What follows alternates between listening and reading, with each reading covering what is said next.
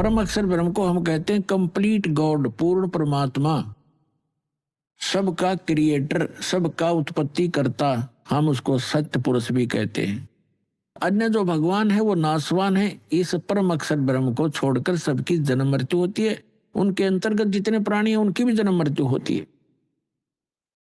अब जिस लोक में हम रह रहे हैं ये महा दुखदाई लोक है। यहाँ जन्म मृत्यु सदा बनी रहेगी और पुण्य से अच्छे पोस्ट प्राप्त हो जाएंगे, पाप से पशु पक्षी बन जाओगे और 84 लाख जन्म मरण का ये चक्र सदा बना रहेगा। जब तक हम उस परम अक्षर ब्रह्म की भक्ति, उनके द्वारा बताए गए कंप्लीट स्पिरिचुअल नॉलेज, संपूर्ण अध्यात्म ज्ञान, तत्व ज्ञान के आधार से नहीं करेंगे तो उसके लिए क्या बताया है?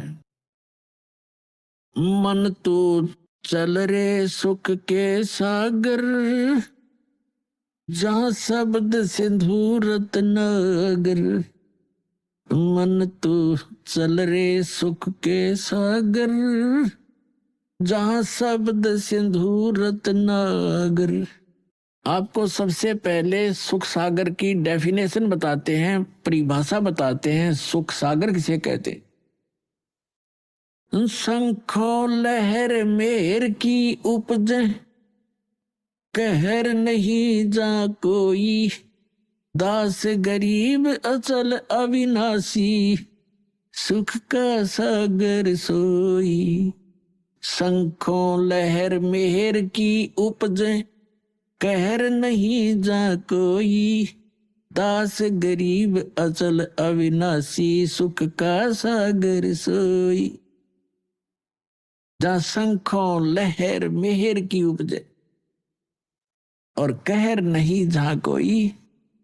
दास गरीब अचल अविनाशी, सुख का सागर सोई। आदरणीय गरीबदास साहिब जी गांव छुरानी, जिला झज्जर, हरियाणा में हुए हैं। इनको वो हमारे पिता मिले थे आकर, वो परमात्मा आए थे, उस दृढ़ भक्त को मिले थे। एक जाट थे, किसान थे, 1400 एकड़ जमीन थी। कोई मांगने खाने वाले, कोई भिखारी नहीं थे, या कोई रोजी रोटी के लिए कथा सुनाने वाले नहीं थे। ये खुद समर्थ थे, संपन्न थे। और उनको आकर परमात्मा 10 वर्ष की उम्र में मिले, सचखंड लेकर गए, जहां मालिक रहते हैं, जहां हम रहा करते थे पहले। हम यहाँ काला पानी आ गए, वहां गलती करके अब हमें वापस ले जाया जा रहा है, सुधार करके। आपकी अपनी वृत्ति सुधारो, यहाँ के लोक की इच्छा हटाओ और फिर वहां चलेंगे जहां हम सदा सुखी रहेंगे। यहाँ से तो जाना पड़ेगा, चाहे कोई खरबपति है और ये भी पता नहीं कब छूट जाए जीवन। यहाँ की वस्तु की आशा करे, है तेरा धिक्कार है। अज्ञान भरा हमारे अंदर, बगैर ज्ञान के हम यहीं फंसे बैठे रहे। अब परमात्मा यहाँ बताते हैं कि क्या मांगू कुछ स्थिर न रहाई, और देखत नैन चला जग जाई। 1 लख पूत 1.25 लाख नाती, उस रावण के अज दीवा न बाती। फिर बताते हैं कि कहे कबीर अंत की बारी, जैसे हाथ झाड़ कर चला जुआरी। अब परमात्मा कहते हैं क्या मांगोगे तुम यहाँ पर, क्या मांगोगे? जैसे संतान नहीं, एक पुत्र मांग लोगे, चलो वो भी दे दूंगा। कोई निर्धन है, धन मांग लोगे। क्या एक कोठी एक कार मांग लोगे, वो तो कोई बात बड़ी नहीं। फिर इस तो बन गया क्या? क्या बताते हैं कि 1 लाख पुत्र थे रावण के। अब उस टाइम बड़ा भगवान कोई नहीं मानता, क्योंकि हाँ हमारी एक ऐसी भावना बनी हुई थी कि जिसका लड़का है, लड़की को तो हम संतान नहीं मानना थे। ऐसी दुर्बुद्धि होगी थी हमारी। जिनके पुत्र है तो वो संतानवान और भगवान माना जाता था, और जिसका संतान नहीं कहते बस वो तो उसका शकल भी ना देखो सुबह सुबह। ऐसी धारणा पर रखी थी, लेकिन गलत थी। अब परमात्मा कहते हैं रावण के 1 लाख बेटे थे, अर्जा सत भक्ति ना करने से रावण की क्या दुर्गति हुई। अंत में कोई ज्योति जगाने वाला नहीं रहा, घर में दीप जगाने वाला नहीं रहा। और इतना धन जो रावण के पास था तो 7 जन्म नहीं इकट्ठा कर सकते।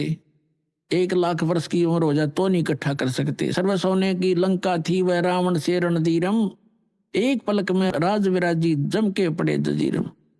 फिर परमात्मा कहते हैं कि रति कंचन पाया नहीं, रावण चलती बार, 1 ग्राम सोना भी रावण साथ नहीं ले जा सका, यहीं छोड़कर चला गया।